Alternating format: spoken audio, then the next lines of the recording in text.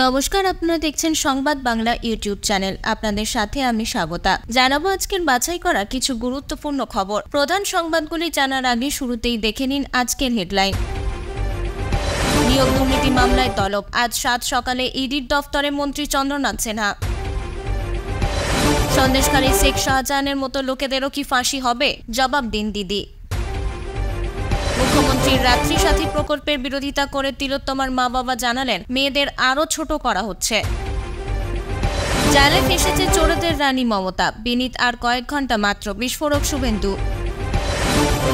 Fast track court নিয়ে মমতাকে তোপ রিজিজুর, পুরনো চিঠি শেয়ার করে খোঁচা।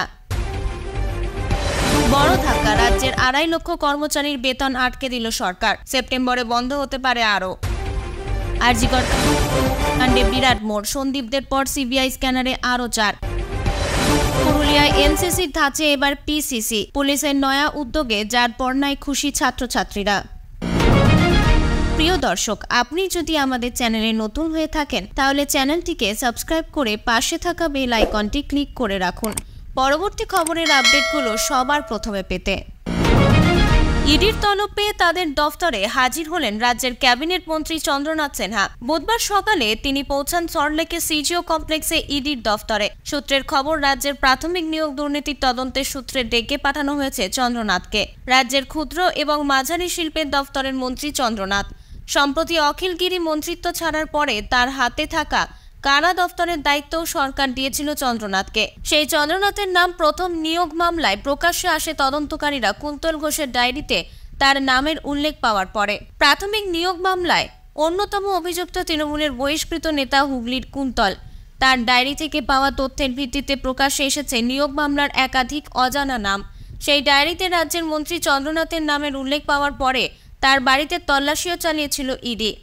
বাজেয়াপ্ত করা হয়েছিল মন্ত্রীর ফোন। ইডি সূত্রে খবর, ওই ফোন এবং ব্যাংক অ্যাকাউন্ট থেকে পাওয়া তথ্যের ভিত্তিতেই বুধবার ডেকে পাঠানো হয়েছে চন্দ্রনাথকে। প্রিয় দর্শক, এই ভিডিওতে আমরা 2000 সাবস্ক্রাইবার এবং 2000 লাইকের টার্গেট রেখেছি। অবশ্যই ভিডিওটিতে লাইক দিয়ে এবং চ্যানেলটি সাবস্ক্রাইব করে আমাদের টার্গেটটি সম্পূর্ণ করুন এবং নিয়মিত সঠিক খবর পেতে চ্যানেলটিকে সাবস্ক্রাইব করে পাশের বেল আইকনটি বাজিয়ে দিন। আসছি পরবর্তী খবরে। কেন্দ্রীয় মন্ত্রী তথা বিজেপি নেতা শিবরাজ সিং চৌহান এবার তুললেন শেখ শাহজাহানের নাম। সন্দেশখালী কাণ্ডের শেখ শাহজাহানের প্রসঙ্গ তুলে শিবরাজ সিং চৌহানের খোঁচা, মমতা দিদির মধ্যে কোনো সমবেদনা নেই। উনি আরজিকর মেডিকেল কলেজে ঘটে যাওয়া বিভৎসতার থেকে নজর সরাতে এই বিল এনেছেন। এই ধরনের ঘটনায় অপরাধীদের ফাঁসির সাজার কথা বলা হচ্ছে। তাহলে কি এই আইন অনুযায়ী সন্দেশখালীর অভিযুক্ত শেখ শাহজাহানদের মতো লোকেদেরও ফাঁসি হবে?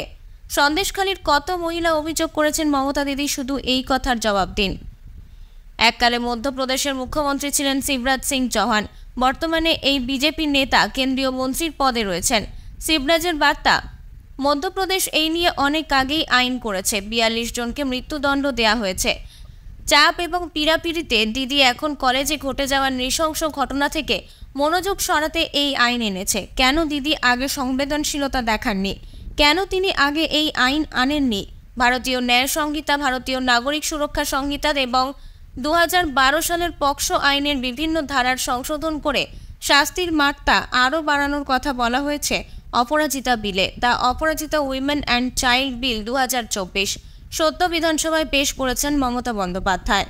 মমতা বন্দ্যোপাধ্যায়ের পেশ করা এই বিলে ভারতীয় ন্যায় সংহিতার 64 নম্বর ধারায় ধর্ষণের ক্ষেত্রে ন্যূনতম 10 বছরের কারাদণ্ডের বিধান আছে। দণ্ডিতের যাবজ্জীবন কারাদণ্ড হতে পারে, রয়েছে জরিমানাও বিধান। আবার অপরাজিতা বিল অনুযায়ী ধর্ষণ এবং মৃত্যুর ক্ষেত্রে মৃত্যুদণ্ডের বিধানও রাখা হয়েছে। আরজিকর আবহে পেশ করা এই বিল নিয়ে রাজনৈতিক মহলে যখন তুঙ্গে চর্চা, তখনই এলো কেন্দ্রীয় মন্ত্রী শিবরাজ সিং চৌহানের তরফে এই বার্তা। মুখ্যমন্ত্রীর মুখ্য উপদেষ্টা আলাপন বন্দ্যোপাধ্যায় আরজিকর ঘটনার পরে রাত্রি সাথী চালু করার বিষয়ে কথা বলেছেন। তিনি বলেছেন, যতদূর সম্ভব তিনি চেষ্টা করবেন যাতে রাতে মেয়েদের ডিউটিতে না রাখা হয়। এই নিয়ে বিতর্কও চলছে। একই সঙ্গে মঙ্গলবার বিধানসভায় ধর্ষণরোধী বিল পেশ করার পর মুখ্যমন্ত্রী মমতা বন্দ্যোপাধ্যায় মেয়েদের নাইট ডিউটির প্রসঙ্গ তোলেন, যার তীব্র বিরোধিতা করেছিলেন তিলোত্তমার মা বাবা। বিধানসভায় ধর্ষণ বিরোধী বিল পেশ করে মুখ্যমন্ত্রী বলেন, মহিলারা যতদূর সম্ভব কমপক্ষে 12 ঘন্টা ডিউটি করবেন। কোনো জরুরি অবস্থা হলে চিকিৎসকের দায়িত্ব বাড়বে, তবে এটিকে মেয়েদের নিরাপত্তার জন্য একটি পদক্ষেপ হিসেবে উল্লেখ করে তিনি বলেন, যারা রাতে কাজ করতে চান তারা করতে পারেন। যারা রাতে কাজ করেন তাদের নিরাপত্তার জন্য তাদের রাতের সঙ্গী করা হয়েছে।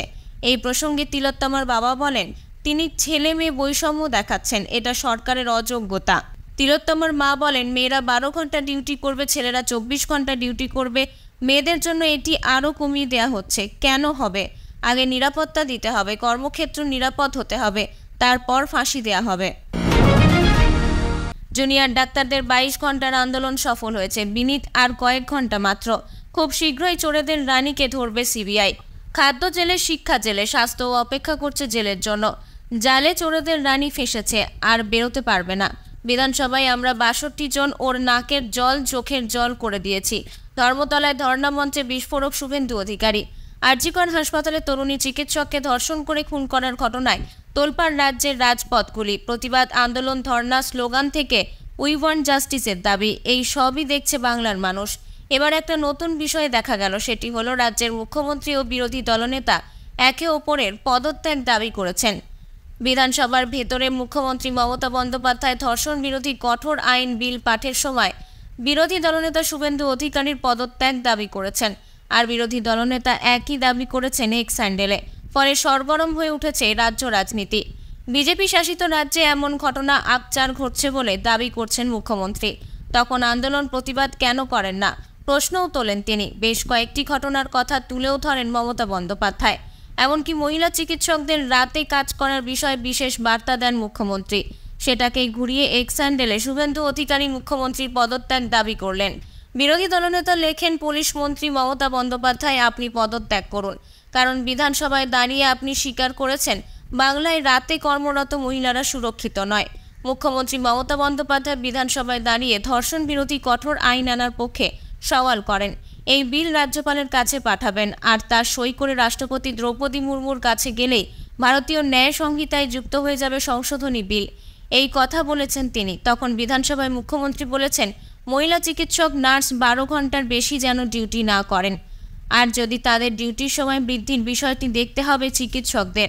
সরকারি হাসপাতালে সিসিটিভি, পৃথক বিশ্রাম কক্ষ সহ নানা বিষয়ে অর্থ বরাদ্দ করা হয়েছে। এছাড়াও রাত্রি সাথী প্রকল্প করা হয়েছে, যাতে রাতে মহিলারা নিরাপত্তার সুযোগ পান। আর এক্স হ্যান্ডেলে পাল্টা বিরোধী দলনেতা লেখেন, আপনার মুখ্য পরামর্শদাতা আলাপন বন্দ্যোপাধ্যায় আগেই এই কথা ঘোষণা করেছিলেন নবান্ন থেকে। আপনি আজ স্বীকার করলেন মহিলাদের রাতের ডিউটি কাটছাটের কথা, কারণ রাতের বেলায় কর্মরত মহিলাদের নিরাপত্তা দিতে আপনার সরকার ব্যর্থ। মুখ্যমন্ত্রী মমতা বন্দ্যোপাধ্যায়কে তোপ দাগলেন কেন্দ্রীয় মন্ত্রী কিরেন রিজিজু। সোশ্যাল মিডিয়ায় একটি চিঠি শেয়ার করে তাকে দাবি করতে দেখা যায়, মহিলা ও শিশু নির্যাতন রুখতে দ্রুত ফাস্ট ট্র্যাক কোর্ট গঠনে মমতাকে হস্তক্ষেপের আর্জি জানানো হলেও তিনি সেই পবিত্র কর্তব্য পালনে অনীহা দেখিয়েছিলেন। সম্প্রতি ধর্ষকদের দ্রুত শাস্তির দাবিতে প্রধানমন্ত্রী নরেন্দ্র মোদীকে চিঠি পাঠিয়েছেন মুখ্যমন্ত্রী মমতা বন্দ্যোপাধ্যায়। জবাবে রাজ্যের দিকেই আঙুল তুলেছে কেন্দ্র। এই পরিস্থিতিতে এবার আসরে রিজিজু। তিনি একটি চিঠি শেয়ার করে এক্স হ্যান্ডেলে লিখেছেন, পশ্চিমবঙ্গের মুখ্যমন্ত্রী নারী ও শিশুদের জন্য দ্রুত বিচার প্রদানের ক্ষেত্রে তার সবচেয়ে পবিত্র দায়িত্ব যেভাবে উপেক্ষা করেছিলেন তাতে আমি দুঃখিত। 2021 সালের এই চিঠিটি সেটাই স্পষ্টভাবে তুলে ধরছে। 2018 সালে ধর্ষণের মতো জঘন্য অপরাধের মোকাবিলা করার জন্য সংসদে একটি কঠোর আইন পাশ করা হয়েছিল। রাজ্য সরকারগুলিকে অবশ্যই কাজ করতে হবে। প্রসঙ্গত, আরজিকরের তরুণী চিকিৎসকের ধর্ষণ হত্যাকাণ্ডের ঘটনার পর ধর্ষণ বিরোধী করা বিল পেশ করল রাজ্য সরকার। বিধানসভায় মঙ্গলবার বিলটি পেশ করেন আইনমন্ত্রী মলয় ঘটক।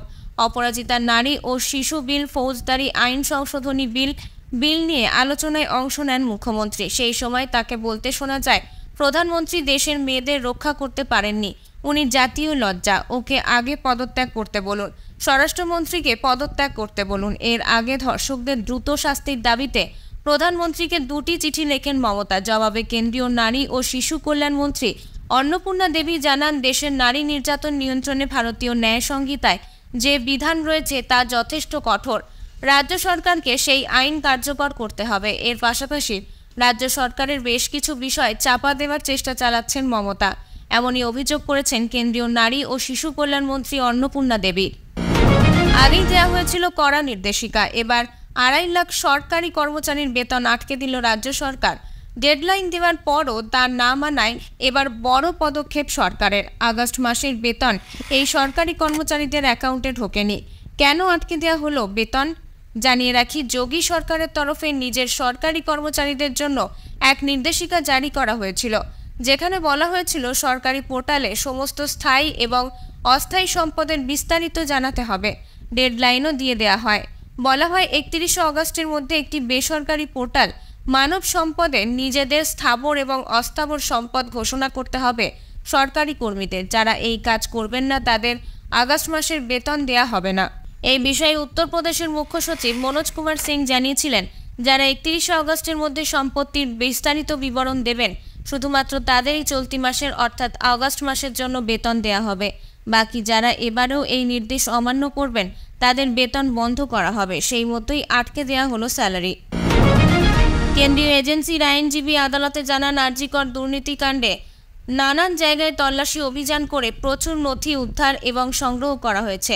একই সঙ্গে সাক্ষীদের জেরা করেও হাতে এসেছে প্রচুর তথ্য। দুর্নীতিতে অভিযুক্ত 4 ব্যক্তি একে অপরের সঙ্গে যুক্ত বলে দাবি করেন সিবিআই এর আইনজীবী। আদালতে জানানো হয়, অভিযুক্তরা বড় ষড়যন্ত্রের সঙ্গে যুক্ত। এই প্রমাণও তদন্তকারী সংস্থার কাছে রয়েছে। তদন্তে হাতে আসা নথি এবং তথ্য যাচাই করার জন্য ধৃতদের মুখোমুখি বসিয়ে জেরা করার দরকার আছে। বর্তমানে 4 জন গ্রেপ্তার হয়েছেন, তবে এই দুর্নীতির জাল অনেক দূর অবধি ছড়িয়েছে। অনেকে এর সঙ্গে জড়িত, তাদেরও গ্রেপ্তার করতে হবে। এরপরই সিবিআই এর আইনজীবী জানান, আরও 4 জনকে গ্রেপ্তার করতে হবে। যদিও সেই 4 জন কারা সেই বিষয়ে কিছু জানা যায়নি। ধৃতদের জিজ্ঞাসাবাদ করলে তদন্তে নতুন তথ্য উঠে আসতে পারে। একই সঙ্গে মহিলা চিকিৎসকের ধর্ষণ খুনের ঘটনার সঙ্গেও কোনো যোগ মিলতে পারে বলে দাবি করা হয়েছে। এদিন আদালতে অভিযুক্তদের একাধিক কীর্তি ফাঁস করেছে সিবিআই। অবৈধভাবে টেন্ডার পাইয়ে দেওয়া, 7টি ভুয়ো সংস্থা তৈরি করে অনৈতিক সুবিধা নেওয়া, পার্কিং ক্যাফে সহ আরও নানান ক্ষেত্রে আর্থিক অপব্যবহার করা সন্দীপদের বহু কারনামা তুলে ধরেছে তদন্তকারী সংস্থা। সকল সওয়াল জবাব শেষে ধৃতদের 8 দিনের সিবিআই হেফাজতের নির্দেশ দেয় আদালত। একদিকে আরজিকর কাণ্ডে তোলপাড় এবং তার সঙ্গে পুলিশের উপর আক্রমণ। এই পরিস্থিতিতে পুরুলিয়া জেলা পুলিশ দিবসে এক অভিনব নতুন উদ্যোগ চালু করল। উদ্যোগ নিলেন পুরুলিয়া পুলিশ সুপার অভিজিৎ ব্যানার্জি। এনসিসির অনুকরণে পুরুলিয়া জেলা পুলিশ তৈরি করল police cadet corps. Purulia police super Abhijit ব্যানার্জির এই অভিনব উদ্যোগকে পুরুলিয়ার আপামর সাধারণ মানুষ এবং ছাত্রছাত্রীর পরিবারেরা সাধুবাদ জানিয়েছেন। পুলিশের চাকরিতে প্রথম নিয়ম শৃঙ্খলাবদ্ধ। এই শৃঙ্খলাবদ্ধকে অনুকরণ করে যে পরিকল্পনা করা হয়েছে তা পুরুলিয়াকে এক নতুন মাত্রায় রূপ দেবে। এই পুলিশ ক্যাডেট কর্পসের মূল লক্ষ্য স্কুল এবং কলেজের ছাত্রদের নিয়ম এবং শৃঙ্খলা সম্পর্কে সচেতন করা। সাধারণত ভারতীয় ন্যাশনাল ক্যাডেট কর্পসে ছাত্রছাত্রীদের সেনাবাহিনীর কৌশলগত শিক্ষা প্রদান করা হয়। পুলিশ ক্যাডেট কর্পস অর্থাৎ পিসিসি কাজ হলো পুলিশের দৈনন্দিন কাজকর্ম এবং ট্রাফিক নিয়ন্ত্রণ এবং তার সঙ্গে বিভিন্ন আইন সম্বন্ধে শিক্ষা নিতে হবে। আইন শৃঙ্খলা বজায় রাখার বাস্তব অভিজ্ঞতা অর্জন করতে পারবে।